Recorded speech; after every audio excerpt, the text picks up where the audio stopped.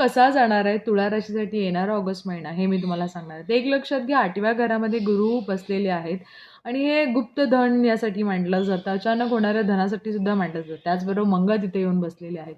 त्यामुळे एक लक्षात घ्या, काहीतरी अडकलेलं काम असेल किंवा काही गोष्टी असेल त्या तुमच्या कंप्लीट होणार आहेत. आणि त्याचबरोबर गुरु यांनी नक्षत्र चेंज केलेलं आहे. नोव्हेंबरपर्यंत नक्कीच तुमच्या मित्रांकडून असं काहीतरी तुमच्या आयुष्यामध्ये चांगली गोष्ट होईल.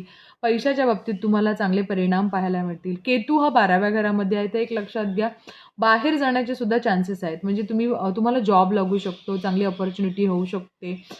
बाहेर परदेशी जायचं म्हणजे मी तुम्हाला असं सांगेन, की एका ठिकाणावरून दुसऱ्या ठिकाणी, म्हणजे तुम्ही ज्या राज्यामध्ये, म्हणजे तुम्ही जर नॉर्थचे असाल तर तुम्ही साऊथला जाल किंवा मुंबईमध्ये याल, अशा गोष्टीसुद्धा होतात. म्हणजे असं नाही आहे की फॉरेनलाच जाईल. त्यांनी फॉरेनसाठी प्रयत्न केले असते, त्यांना तिकडचाही जॉब लागू शकतो. त्यामुळे चांगली जॉब लागणे, चांगल्या गोष्टी आयुष्यात होणे हेही होईल.